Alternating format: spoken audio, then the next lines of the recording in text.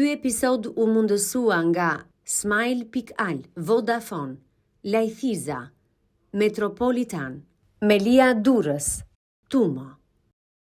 Adem Tamo ka ndërtuar gjithë jetën e tij duke dëgjuar dhe duke kuptuar njerëzit. Profesor Ademi, mirë se erdhe në podcast. Mirë se të gjeta Mira.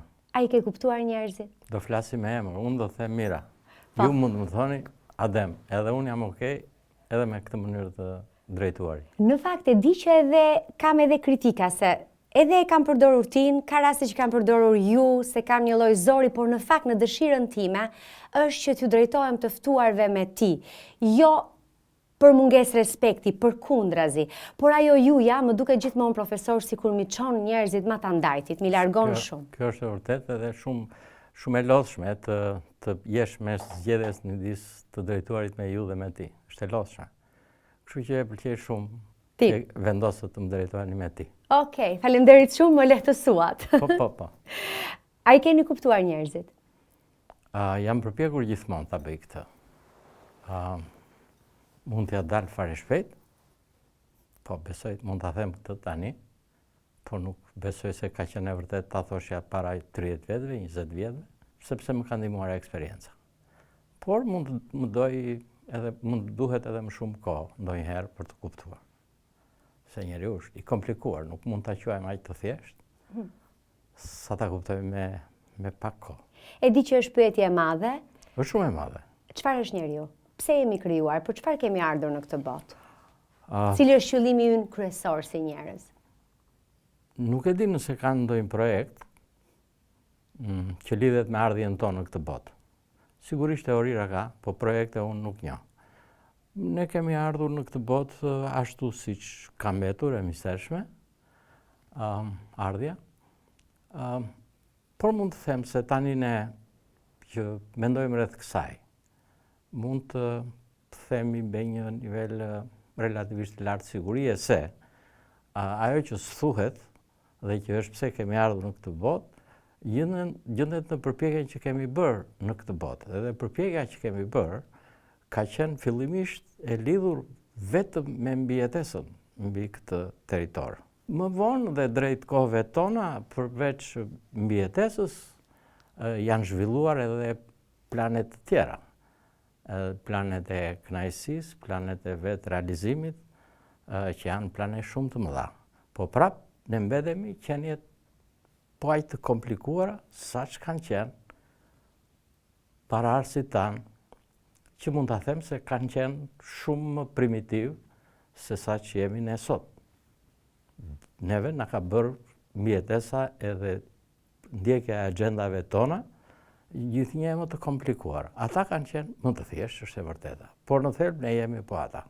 A do ishte një botë më në paqe po të kishim mbetur aq të thjeshtë edhe mos të ishim komplikuar kaq shumë me zhvillimin?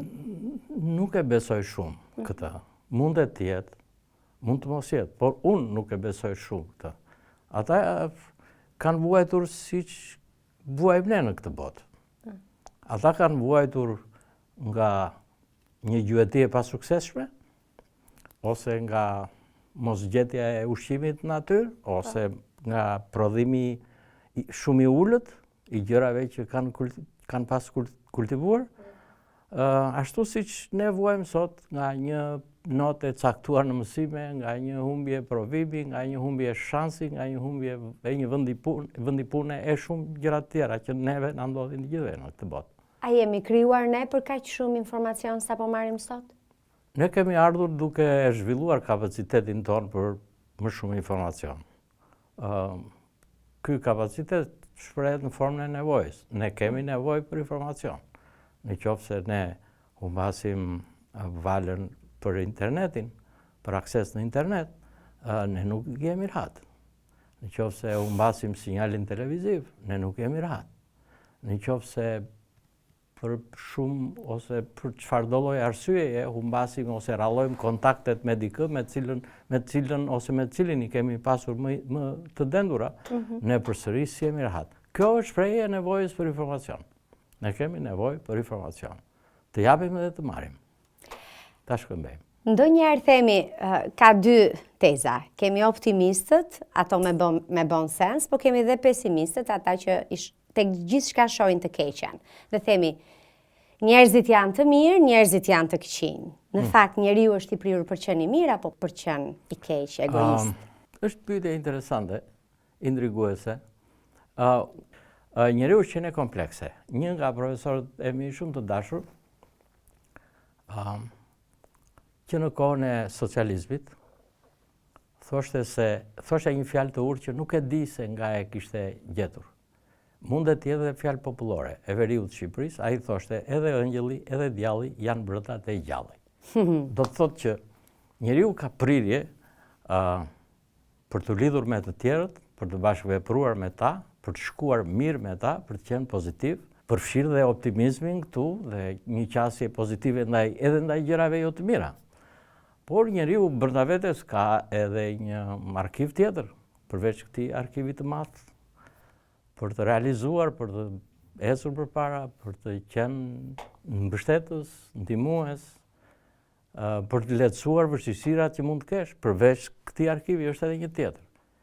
Hija, pjesa jonë, që me të cilën ne bëjmë çdo sekondë të jetës sonë, edhe sekondat e jetës së zgjimit, edhe sekondat e gjumit.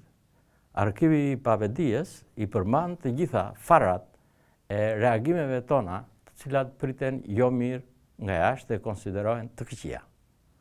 Ky është atje në ne gjithmonë. Ky është një arkiv, është në të njëjtën kohë dhe arkivi që furnizon pjesën tonë të ndërgjegjshme, me energji edhe me ide. Ju riktheva librit tuaj Psikoterapi për një dashuri të pamundur. Ka shumë tregime aty që janë shumë interesante, janë vërtet interesante, duhet lexuar ai libër, duhet promovuar. Më vjen mirë që ju riktheva, por pyetja që më lindi, profesor, ishte: a është dashuria e pamundur, dashuria e munguar, ajo që na përcakton ne në një kuptim atë që do t'jemi si njerëz të mirë apo të vështirë, se s'po them të keq, të këqij? Ne gatuhemi në një mas të madhe shumë herët. Autorë të mëdhenj kanë thënë se gatuhemi në mënyrë përcaktuese në vitet e para të jetës. Nuk e them dot këtë, sepse kam parë që njerëz të pagatuar, megjithëse e kanë kaluar fazën e hershme të jetës, kam takuar njerëz në formime sipër.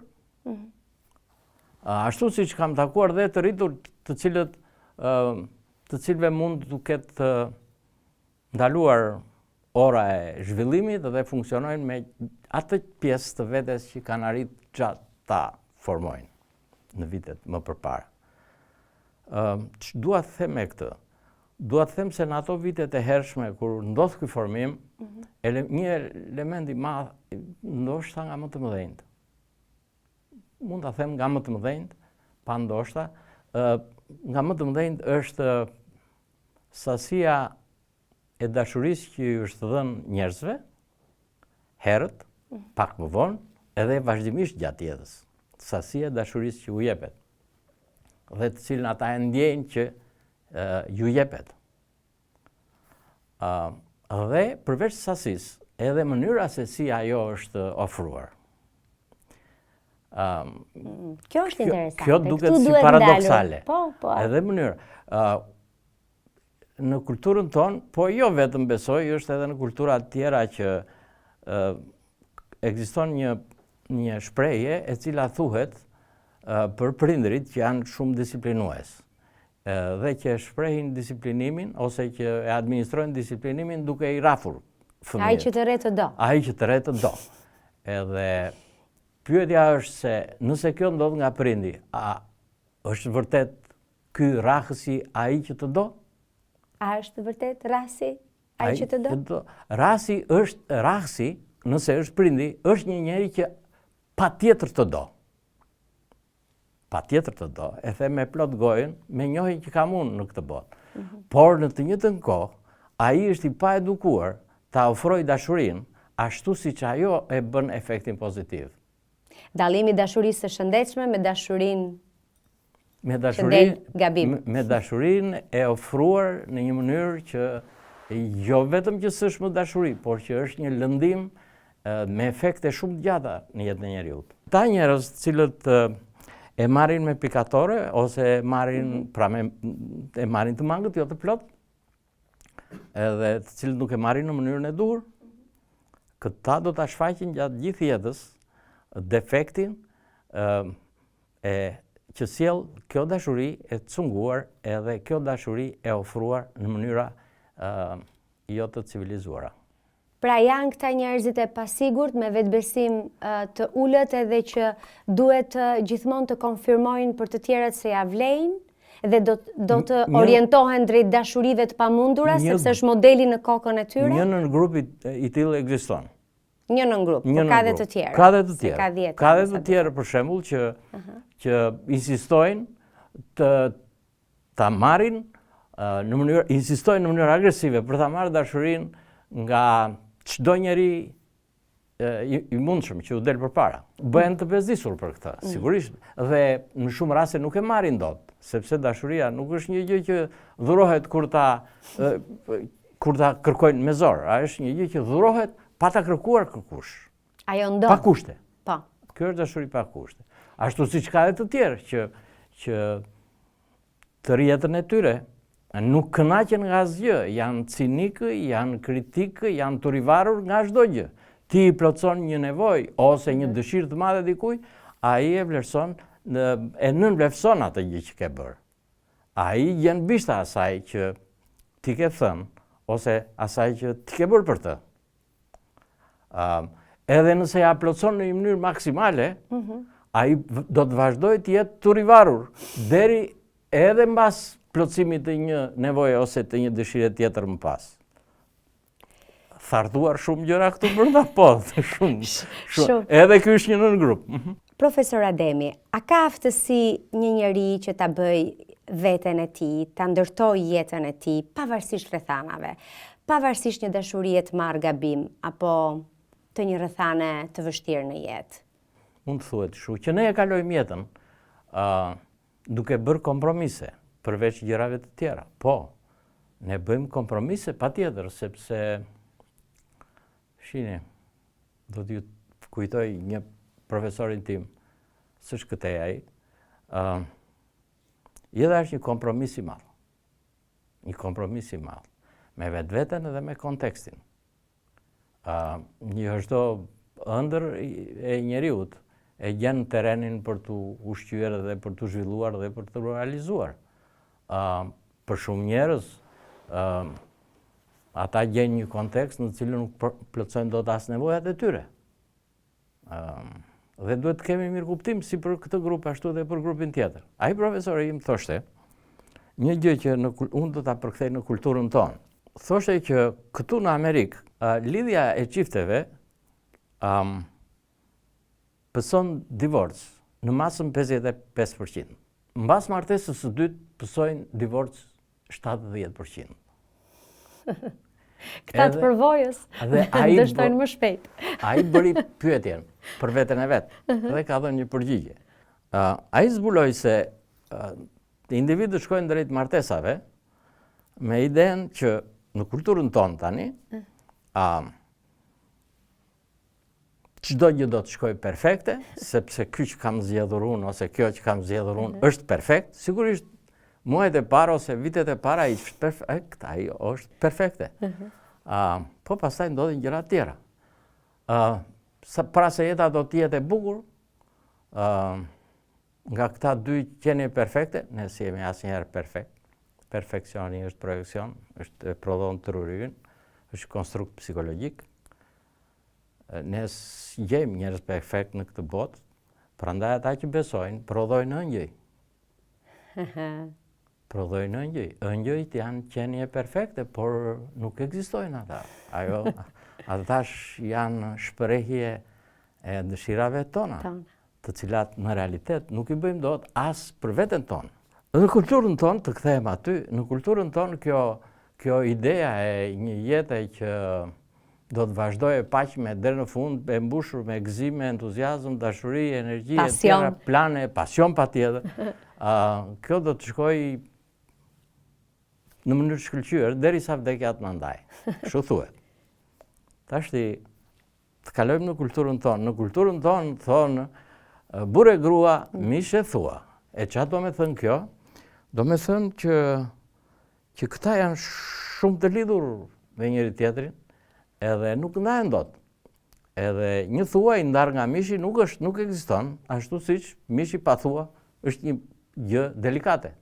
Nuk kapim dot sende. Shkrirja e dy individëve në një lidhje është defektoze, sepse ju rëmben individëve që përbëjnë atë lidhje, ju rëmbejnë pavarësinë, ju rëmbejnë individualitetin, ju rëmbejnë të drejtën që të jenë ata që janë, por njerëzit janë ata që janë. Njëri vjen janë si dy lumej, njëri vjen nga ky lumi këteja, tjetri vjen si një lum andeja, që takohen një ditë dhe ndërtojnë një shtrat në të cilin ecin të dy bashkë. Ata janë dy lumej të ndryshme. Ato janë dy botë të ndryshme. Nuk mund të shkrihen dot. A duhet të jenë të lidhur? Po, patjetër. A duhet të ketë solidaritet? Po, patjetër. Por duhet të ketë dhe hapësirë që të shprehet individualiteti, që të mos injorohet kur fakti që ti je ti. Dhe unë duhet të marr ashtu siç je. Dhe unë jam unë. Dhe ti duhet të më marrësh mua kështu siç jam. Kështu që kjo shpreha mish e thua e marr në kontekstin që duhet të jenë të lidhur edhe bashkëpunues edhe solidar, funksionon ky element i kuptimit. Por që të shkrihen ata në një, nuk shkrihen dot. Shkrirja do t'i bëj jetën e tyre shumë të varfra. Shkrirja do të thotë të eliminosh konfliktin, por ne në konflikt forcohemi, fitojmë aftësinë të mbrojmë qenien tonë, të mbrojmë pikpamjen që kemi, dëshirat që kemi, shijet që kemi. Zgjerohemi, bëhemi pak më të mëdhenj. Patjetër. Mësojmë gjëra të reja që se dinim më përpara. Edhe ky është një element shumë i rëndësishëm, edhe është aktual edhe për çka ndodh në botën tonë që jetojmë. Është aktual shumë. Më ngeli mendja pse ata që martohen. Ne dikur thëshim mos përputhje karakteresh, u ndan, u divorcuan për mos përputhje karakteresh. Pra për pamundësinë që të ndërtonin një bashkëveprim në cilin të shpreheshin lirisht dhe të kërkonin tolerancën e dur për të toleruar atë tjetrin. Për të toleruar atë tjetrën. Reciprokisht. Kjo është ushqyese shumë. Edhe kjo është një mënyrë për të paksuar numrin e divorceve, se divorci është vërtet lidhje e madhe për ata që e kërkojnë, por është faturë shumë e rëndë për fëmijët që mbeten rrugës. Mes një jete beqare, një jetë single, një jetë i vetëm dhe i lirë dhe një jetë të martuar, ju jeni një partizan i martesës, i familjes. Patjetër, ajo është një zgjidhje shumë shekullore që njerëzit kanë gjetur. Patjetër, ashtu siç të qëndruarit pa martesë legale, se tani ka dhe forma tjera alternative. Po flas për ato. Unë po flas për pjesën e bashkëjetesës me dikë. Okej. Dhe ajo është një zgjidhje e kohës edhe mua më duket një zgjidhje efikase. Por nëse individi zgjedh të mos bashkohet me dikë, është zgjedhja e tij, do ta respektojmë. Mundet dikujt të mos i pëlqejë. Mundet edhe dikush tjetër ta toleroj, mund mos e pëlqej për veten e vet, mos e shofi si zgjidhje për veten e vet, por ta toleroj kur e bën dikush tjetër këtë zgjidhje. Më mbeti mendja për atë rastin në Amerikë që të rimartuarit shtonin numrin e divorceve, domethënë përqindja ishte nga 50 shkonte në 70%. Pse këta me eksperiencë kanë dështuar më shpejt? Kanë humbur durimin, bëhen më të paduruar? Po ndoshta dhe ajo mund të jetë. Eksperienca ky profesori ka thënë kur u prezantua. Si kishte emrin profesori? Ky është Robert Resnick. Okej. Ky e prezantoi veten në këtë mënyrë. Unë jam filani, unë vi prej 2 martesash të lumtura dhe prej 2 divorcesh po aq të lumtura. Po pra.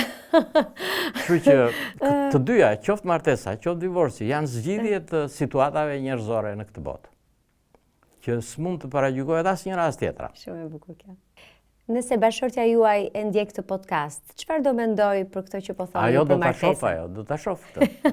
Po, ajo e di që jam këtu. Okej. Do ta shoh. Kjo tregon që është një martesë e lumtur. Ka komunikim, ka vëmendje, ka përkujdesje. Po, patjetër, ka komunikim, ka vëmendje, ka mungesë vëmendjesh, ka konflikte, ka marrëveshje, ka mosmarrëveshje, i ka nga të gjitha. Nuk dua të lustroj, të bëj atis martesën time. Jam i kënaqur me ç'kemi arritur, mund të arrini më shumë, mund të arrini më pak, jam i kënaqur me gjërat. Po. Është merite të dy lumenjve apo njëri lum ka qenë më i mirë me lumin tjetër? E të dyve, patjetër. Nuk bën dot njëri vezën e artë dhe tjetri. Fakti që ju keni qenë psikoterapist, profesor, e ka ndihmuar familjen tuaj? Për këtë nuk kam përgjigje, po ju them diçka në vend mungesë përgjigjes që mungon. Një amerikane që e kishim si koordinatore në stazhet që kam qenë unë atje, në njërin prej, në 2 stazhe, edhe që na gjezdiste me makinë nga shtëpia në punë, tha një ditë që lum ata fëmijët e tu që e kanë babin psikolog. Edhe unë ashtu do thoja. Edhe unë deja pak edhe i thash, shiko, kjo që thua është e bukur shumë. Edhe po ta leja veten kështu spontan fare do të gëzohesha që e the këtë për mua. Por kam një përgjigje që është disi ndryshe. E cila është kjo, tha? I thash, unë i besoj kësaj gjës tjetër që fëmijët kanë nevojë për një babë të mirë. Edhe po t'jetë fjala për psikologë e kështu, ka në botë psikologë të mirë për ta sa të duash. Prindërimi nuk është profesion, por është një gjendje e natyrshme. Pra, nëse ka një... Po, është një gjë... Nëse ke partnerin e duhur, nëse ka komunikim, është një valle. Një lloj... Jo vetëm me partnerin, por edhe me fëmijët. Patjetër në gjithë familja. Po, që rriten e kështu. Më pëlqeu shumë ajo që thatë, që nuk ka nevojë rëndësi ka që t'jem një baba i mirë, se mund të ketë bota plot psikolog, por nuk e di ma janë baballar të mirë. Po. Psikologët dhe psikoterapistët vetë nuk janë njerëz që i kanë të gjitha gjërat në rregull, në terezi. Nuk i kanë të gjithë dhe gjithmonë gjërat në terezi. Edhe ata janë si ne të tjerët që luftojnë për jetën e tyre. Profesor Ademi, çfarë mendoni ju për lumturinë? Çfarë quan njëri lumturi nuk e quan tjetri. Unë nuk jam i prirur ta quaj që të mendoj se lumturia është e lidhur me një gjë specifike. Nuk e besoj këtë gjë. Besoj këtë gjë tjetër, që lumturia është një gjendje e lidhur me gjithë qenien njerëzore dhe me gjithë kontekstin në të cilin ajo funksionon. Po të më kërkoje që të shkoj pak më tej. Do të thoshja që i lumtur është ai që ka shëndet të mirë, që nuk vuan. Mirë po lumturohemi mbasi e fitojmë betejën. Se beteja është betej pse kalojmë vuajtje që i kalojmë. Dhe fitoria është e ëmbël atëre kur i kalojmë ato beteja. Dikush ka plane të mëdha. Më të mëdha se sa konteksti i vetë. Në atë librin që ndoshta s'ke shkuar deri tek ai kazus aty është dikushi që arritje më të madhe të jetës vetë quajti notat që kishte marrë gjatë studimeve master. E ka arritur atë. E kam arritur. Edhe kur e kam dëgjuar këtë nga një grua rreth të 30-ave, jam shokuar. Sa e zbrazur pas ka qenë jeta, dhe ishte jeta e këtij njeriu. E zbrazur. Notat s'janë asgjë. Gjëra me cilën profesorët merren, asgjë. Po t'i krahasosh me përmasat e jetës, me atë çka ju e quani lumturi. Si mund t'i jesh i lumtur në moshën 30 vjeç për notat që ke marrë kur ishe, ose si mund të trishtohesh për notën e pakëndshme që ke marrur 10 vjet më parë. Këtu ka diçka, ora që është kurdisu të punoj, s'punon mirë. Atëherë ky njeri s'ka realizime. Zero realizime. Ëndër të vesh fustanin që ka veshur këngëtarja X në ditëlindje. Ëndër. Dhe bëri përpjekje shumë, e realizoi. Këto janë ngjarje reale të kësaj jete. E realizoi. Edhe aty në ditëlindje, ku bënte poza që të ishte sa më vizibl, sa më, si thonë, të kishte vëmendje. Të binte në sy. Të binte në sy. Pasi vuri re që me gjithë përpjekjet e saj nuk mori aq komplimente sa priste. U zëmërua, edhe i thot shoqit, ngriu t'ikim, dhe u ngritën e ikën. Kështu është kur ke ëndër vetëm një fustan. Pra, se... Dhe jo të shijosh darkën. Shijosh gëzimin për cilin ke vajtur. Mësohet kjo lind, profesor, aftësia për të shijuar jetën në gjërat vogla dhe për të parë se gjërat e mëdha të jetës janë këto gjërat që si kemi krijuar, si kemi fabrikuar në kokën tonë, por është shëndeti, është humori i mirë. Mësohen, mirë është të veprohet herët. Sa herët? Aq herët sa mundet njeriu. Po sa më herët aq më mirë. Të gjende raste të bëhen festat, qofte edhe të vogla, qofte edhe për sukseset vogla. Festa, se suksesi që të arrijet do përpjekje, do të ka përcesh shëdhimjet, vuajtjet. Është një psikolog, është teolog ai, po edhe psikolog i aplikuar, edhe filozof, edhe ai ka thënë që kush nuk ka provuar vuajtjen, nuk bëhet dot kurrë shpirt. Ju ishi tek promovimi i librit tim një ditë tjetër, unë kam folur shumë për vuajtjen, shpresoj shumë që profesori im ta lexoj librin tim. Kam një moment, si po, do t'ju tregoj pak më vonë për ironin e profesorit tim. Nuk isha për këtë.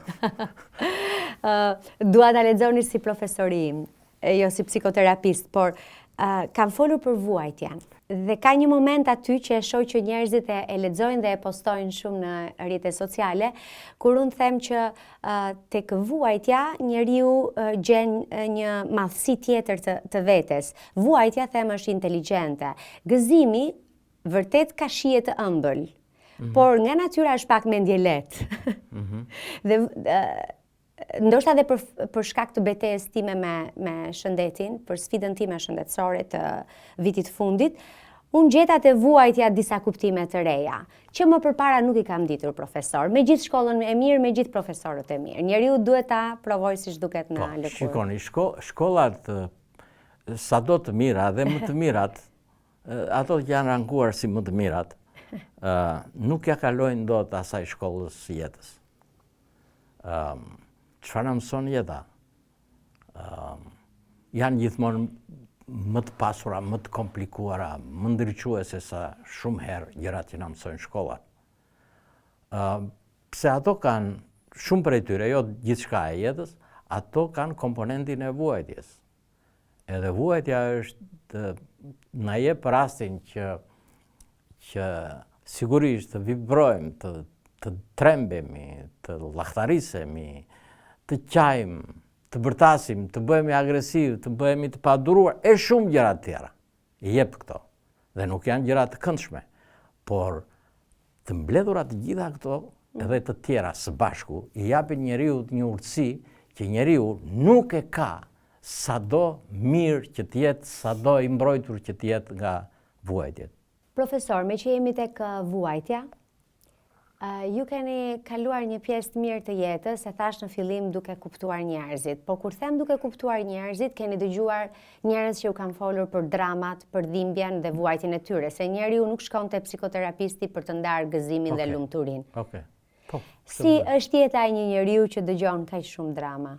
Unë kam bërë shumë seansa. Shumë. Edhe kam ndjerë në një moment caktuar që jam mbingarkuar prej këtyre gjërave. Se nuk funksionon që t'jesh i pandjeshëm ndaj personit me cilin ke vendosur që të ulesh edhe të merresh bashkarisht me çështjet e tij. Nuk mund t'jesh. Shumë herë të duhet ose të ndodh ti marrësh me vete hallet e tij në shtëpinë tënde që ku asnjëri nga anëtarët e familjes nuk të ka borxh të çosh atje dramat e tilla. Ose as krevati s'ta ka borxh, as gjumi personal nuk ta ka borxh këtë gjë, por kur njeriu ka zgjedhur të bëjë një gjë, edhe ka zgjedhur me vullnetin e tij të lirë, ai duhet ta bëjë këtë gjë. Të vazhdoj ta bëjë këtë gjë. Por të mos lidh duart kryq ndaj asaj që ai po bart në shpinën e vet, e cila s'ja ka bosh atë gjë, atë bartje. Ai, çdo psikolog në botë vjet në situatën që të reflektoj për këtë gjë. Ta mendoj thellë çapo bën dhe sa e ka kapacitetin për t'i lënë hallet e atij tjetrit të jenë të tijat dhe për ta lënë veten në dispozicion të një mbështetësi, të një bashkëpunëtari, të një njeriu të dytë me cilin ai shqyrton vështirësitë e jetës së vet. Kur thellohet kjo, pra ky ndërgjegjësim, që hallet e X-it janë të X-it. A distancohesh kollaj nga hallet e tyre? Nuk distancohesh kollaj, sepse shumë herë, dhe në atë librin që thatë ju do ta shikoni, shumë herë zgjidhjet janë shumë të komplikuara. Jo të lehta për t'u gjetur. Pasi në një moment të del diçka dhe ti thua, kjo është çështja që e mundon këtë njeri. Pastaj përtej asaj diçkaje, ose në një seancë tjetër, mund të dallosh diçka tjetër dhe thua, kjo është ajo që. Dhe tani të është krijuar një dilemë, por dilemat të tilla mund të jenë disa qoftë edhe për të njëjtin person. E kuptoj. Dhe është shumë e vështirë të gjesh shpjegimin e duhur, pastaj të ndërtosh planin e duhur për t'u marrë me të. Në këtë natyrë pak a shumë të pyetjes, në përgjithësi dhe në njerëzit e kemi mërzia është pak si virozat, ankthi dikujt tjetër transferohet tek ti. Më ndodh mua, po besoj dhe shumë njerëzve të tjerë, profesor Ademi, që gjendesh në një tavolinë apo në një vend dhe papritur kupton që je rrethuar nga një lloj energjie negative, si e rehat. Me disa njerëz ti shpërthen, çelesh si një trëndafil, me disa strukesh, bëhesh nervoz dhe nuk e dëshirë të rish. Pa folur fare ndonjëherë, thjesht me energji, me heshtje, të mbyt. Do i themi diçka që më ka ndodhur mua. Mua më ka ndalur në rrugë ato kohë, se tani e kam ralluar mjaft këtë aktivitet, në ato 25 vjet, 28 vjet, të më dalin në rrugë shumë veta. Edhe thonë, shiko, kam i hall. Edhe unë jam nisur për punë. Edhe halli është hall, është peshë e rëndë, kurista ati që e ka, është kollaj të flasë unë që se kam një hall në këtë çast. Për hallin e atij tjetrit. Por halli atij tjetrit shtyp të zotin e vet. Kështu që për mirësjellje do e dëgjosh deri në një farë pike, por deri në një farë pike se ti s'mund të rish në rrugë në kohën që duhet të jesh në leksion. E kuptoj. Kështu që kam qenë elastik në menaxhimin e këtyre, por një rast edhe më acaroi fort, edhe kam dhënë një përgjigje me stilin tim, por që ai më pas, kur riinstaluam marrëdhënien, ai më pas ma tha hapur edhe e vlerësova për këtë, që e kishte ndjerë zemërimin tim. Dhe unë e pyeta, shiko, kur ty të prishet rubineta e qezmës, ku troket? Hidraulik? Ka hidraulik, tha? Po, e thash, shumë mirë. Kur ty të pijet një kafe, ti ku shkon? Kafene. Kur njeriu t'i lind një nevojë psikologjike, ai duhet të shkojë te psikologu. Por psikologu nuk është ai që i zgjidh çështjet në trotuar. Psikologu ka klinik dhe punon me orare, me grafike, tjera me radhë. Tash unë po shkoj në punë, e mori vesh ai, e mori vesh. U mërzit, po hallin e kishte ai dhe në telefonoj, siç i lash telefonoj, ne instaluam takim, edhe u mora me njeriun e tij, se interesoj për njeriun e vet. E kuptova. Me që jemi pikërisht tek psikoterapia, ju keni thënë tek libri gjithmonë që psikoterapia nuk ka për qëllim të nxjerrë klientin në bregun tjetër, por ta mësoj të notoj vetë atë. Përgjithsisht njerëzit duan zgjidhje të shpejta, profesor Ademi, dhe nuk e di nëse jemi të gjithë të aftë të mësojmë të notojmë vetë në jetë? Të dalim vetë në bregun tjetër? Unë them se ne e kemi këtë kapacitet. Përderisa ai që kërkon ndihmë ka mbritur deri në ditën që kërkon ndihmë, do të thotë se ai është i aftë të eci mbi faqen e dheut. Edhe ky është njeriu, përfshihet tu njeriu i cili ka kuptuar që diçka nuk ecën me të. Atëherë ky duhet të mësoj notin. Është gjëja që atij i mungon. Aftësia për të notuar. Tashti që bën te psikologu? Ai pikërisht hap shpalos jetën e vet me dëshirën e tij aq sa do ai, dhe pastaj mbasi ai shprehet se i ka thënë të tëra që e prekupojnë për çështjen, ne fillojmë pyesim që të kuptojmë nëse konfirmohen ato, apo nëse ka diçka tjetër që prej turp, prej stigmës, prej shumë gjërave, ose prej një marrëdhënie të pastabilizuar që në fillim, se marrëdhënia do kohën e vet, e tjera, që të formohet. Njeriu mësohet të notoj.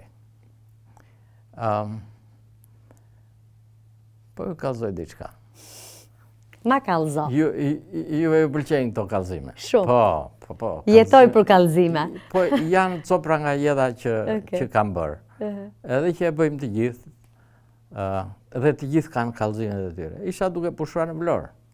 Vite përpara, shumë vite përpara. Edhe me ca miq të mi, të afërm, më shumë të afërm se miq, edhe afër një çadër më tutje ishte një vlonjat.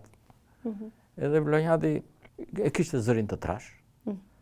Edhe ishte i pak kënaqur me djalin e madh. Kishte 2 fëmijë, një të vockël edhe një më të madh. Se di sa vjeç, 5-6 vjeç ndoshta. Domethënë memoria ime këtë më thot tash. Edhe i thoshte futu në det. Ai ishte frikë nga uji. Futu një herë, futu 2 herë, u zëmrua shumë ai se burri re që urdhri Shkonte bosh. Urdhri i qytetit pavarësisë nuk u zbatoi.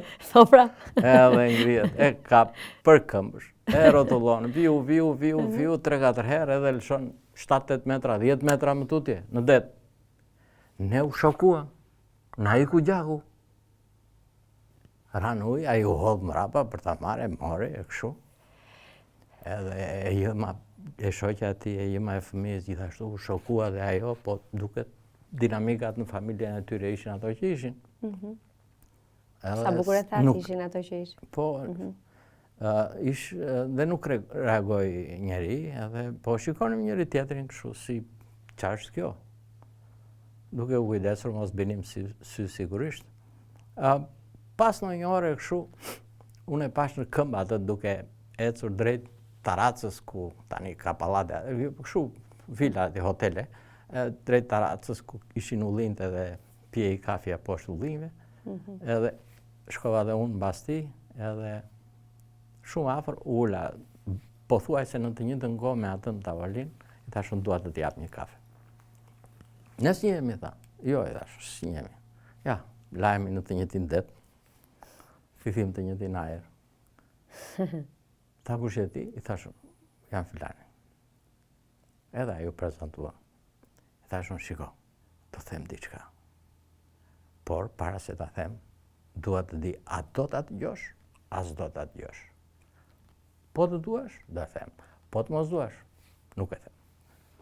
Dua, tha, ma thuaj, dua, me zët plot, dua. I thash unë, nuk dua të ofendoj. Se si që jeti prind, jam edhe vetë. I thash shiko, noti mësohet në ujë, pa tjetër. Mësohet në ujë, jo në breg. Por noti mësohet dal nga dal. E larë në njëherë në oqean, ndaj një heshti, jo tha. I thash, të hedhin nga helikopteri në oqean, ta ban? E ke fjalën që hodha ashtu. I thash, është lemerisur, është traumatike kjo. Nuk e haron ai për tërë jetën. Uroj që ta ketë haruar, por mbaj vesh këtë. Nuk ka për të haruar kollaj tërë jetën. Sepse traumatizohet e gjithë qenia e tij. Ke bërë një gjë Me lezet. Prej profesor Ademi, tipike. Jeni nga Delvina, keni jetuar në Gjirokastër, po keni jetuar dhe në Peshkopi. Po. Cilin pëlqeni nga këto vende më shumë? Thuaj Peshkopin. Shikoni, unë kam 50 vjetë në Tiranë, Okej. edhe e kam shumë të vështirë të them që jam Tiranës. Nuk jam Tiranës, as Tiranës, Ja. nuk e ndjej këtë. Identiteti im është jugu, por pjesa e Peshkopis ka një gjurmë shumë të fortë në formimin tim. Shumë të fortë. Edhe... Ironin atje mësuat? Jo, Gjirokastër. E po kot kanë namin Dibranët, pra. Gjirokastritët, sa herë që shkoja ku kam qenë gazetare në terren, profesor Ademi, dhe shkonim jo fushata, kronika, histori të ndryshme, ishte shumë e vështirë për shumë. Shkoje, ndaloje tek një dyqan, edhe i pyet për një adres. E të shohë njerë dhe mendohen, do me thënë, të ta japin apo jo përgjigjen. Pse e kanë këtë? Nuk di, s'kam shpjegim për këtë. Pse po më pyet? S'kam shpjegim për këtë. Po më pëlqejnë shumë, ama. Shiko, çdo qytet i Shqipërisë ka të veçantën e vet, po disa janë më karakteristik. Unë në Peshkopi kam kaluar një jetë të bukur. I kam edhe sot aktive shoqërit e asaj kohe, se kanë ardhur ata Dibranët lëvizin, edhe Tirana është e mbushur me Dibran, edhe ne takohemi, edhe shoqërohemi, pim kafe, shkëmbejmë mendime. Ishte interesante. Ky profesori im që më udhëhiqte mua në doktoratur është Hamid Beqja. Një nga profesorët më të shquar të Shqipërisë. Në fushat sociale më i shquari. Njëri toksor, realist dhe lektor i shkëlqyer. Kur unë përpiqesha, Shkodran, ata janë Shkodran. Kur unë përpiqesha të komunikoja me të në fillimet e mia, vitet kur më udhëhiqte për doktoratur, unë përpiqesha të flisja në dialektin geg në të folmen e Dibrës. Atë dia. Jeni në gjendje ta flisni ende? Jo të zhvilloj biseda nga fillimi në fund, por të bëj batuta edhe kështu her pas here po. Edhe me gjë ishte Shkodran ai dhe merrej vesh ajo shkodranishtja, siç më merret mua vesh toskërishtja, them. Po, ndjehet, është ndjeshme. Miksuar me disa gjëra. Edhe i bëri përshtypje atij. Edhe një herë kur po pinim kafe më thotë, themi gjë. Po thash, si jo, patjetër. Tha, mos u shtrëngo të flasësh gegërisht. Lëre veten të lirë, fol atë të fol me që ke. Edhe e liroj tërësisht bisedën, se unë shprehesha sigurisht, por nuk shprehesha me nuancat që ka komunikimi me cilin njeriu është ngjizur. E kam takuar dhe unë profesor Hamidin, kam bërë një intervistë, po, vitet e fundit të jetës ti. Atipik si njeri, i veçantë. Shumë i veçantë, shumë i veçantë. E vërtet. Po flasim për profesorët, gjë e bukur shumë. Me karakter dhe me kulturë të gjerë. Shumë të gjerë. Shumë të gjerë. Shqipëria, sa që duket e vogël, edhe ndonjëherë ne na duket sikur është zbrazur, sikur ka pak mendje të bukura, po sa më shumë takoj njerëz si puna juaj profesor, dhe në këtë platformë kam takuar shumë njerëz frymëzues. Nuk e kam qëllim të takoj vetëm njerëz frymëzues, më pëlqej edhe të takoj edhe njerëz që kanë bërë gabime, edhe njerëz që kanë një sukses apo dhe një dështim për ta rrëfyer, do isha shumë e lumtur ta dëgjoja, sepse nuk besoj tek makjazhi, por ka disa njerëz që janë vërtet frymëzues dhe ka disa njerëz që ka shqiptar me mendje të bukura vërtet. Ai ishte i vërtet. Njeri i vërtet. Ishte profesor edhe në auditor, edhe në korridorët e auditorit, dhe në bord fakultetit, dhe në kafene, dhe në restorant. Profesor në të gjitha.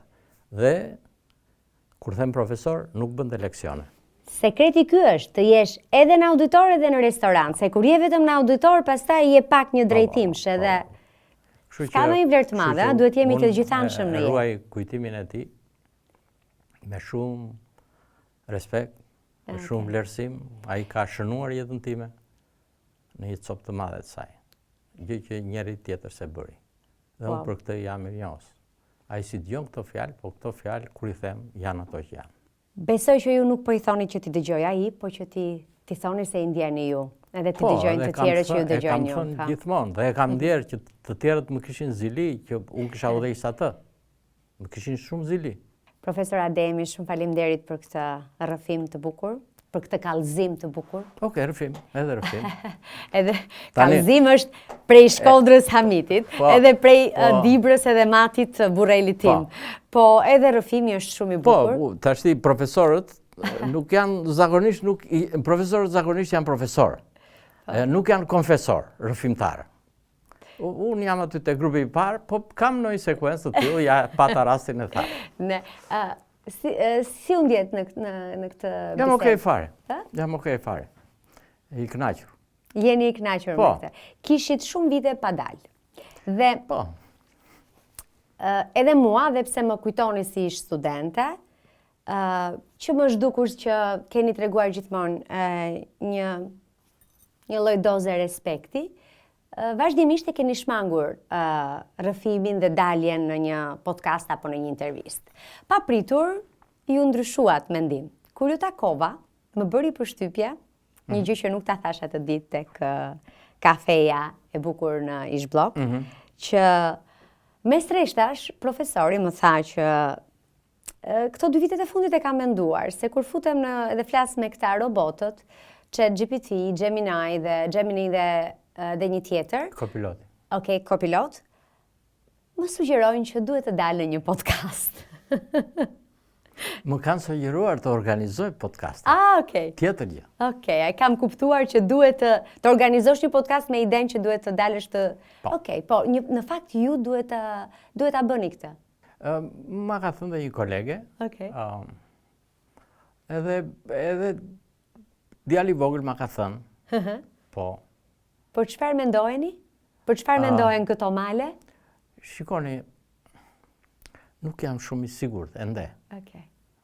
Nuk jam shumë i sigurt ende. Nuk jam i sigurt shumë nëse më pëlqen të jem personazhi i ftuar apo të jem organizuesi podcast. Më besosh, më mirë t'jesh i ftuar. Anoj këtë. Mua kështu më intereson që t'ju ftoj unë her pas here dhe ju t'i thoni tek unë. Por është gjë e jashtëzakonshme t'jesh organizator. Unë për vete e shijoj pafund këtë gjë që bëj. Këtë sugjerimin që kam marrë, po shikoj, ja u thash, që ta modifikoj në një mënyrë tjetër dhe kam filluar t'i shkruaj ato, po tjetër gjë është podcasti, tjetër gjë është votimi. Sot nuk lexojnë shumë njerëzit, të themi. Atë që është, nuk lexojnë shumë, edhe janë ristrukturuar edhe qasjet e njerëzve ndaj leximit në përgjithësi, ndaj gjatësisë së gjërave, ndaj shkurtësisë së gjërave, ka kërkesa shumë specifike që duhen njohur mirë se cilat janë edhe gjetur mënyra për të shkuar te ata. Po ke gjë për të thënë. Po s'ke gjë, 2 vet mujnë me prishi kuvend, ai që din dhe s'flet dhe ai që s'din e flet. E leta mbyllim ngegnisht pra. E thonë veri këtë më qenë shumë kjo. Faleminderit. Okej. Faleminderit. Faleminderit shumë edhe ju. Profesor, faleminderit. Faleminderit shumë edhe ju. Ky episod u mundësua nga Smile.al, Vodafone, Lajthiza, Metropolitan, Melia Durrës, Tumo.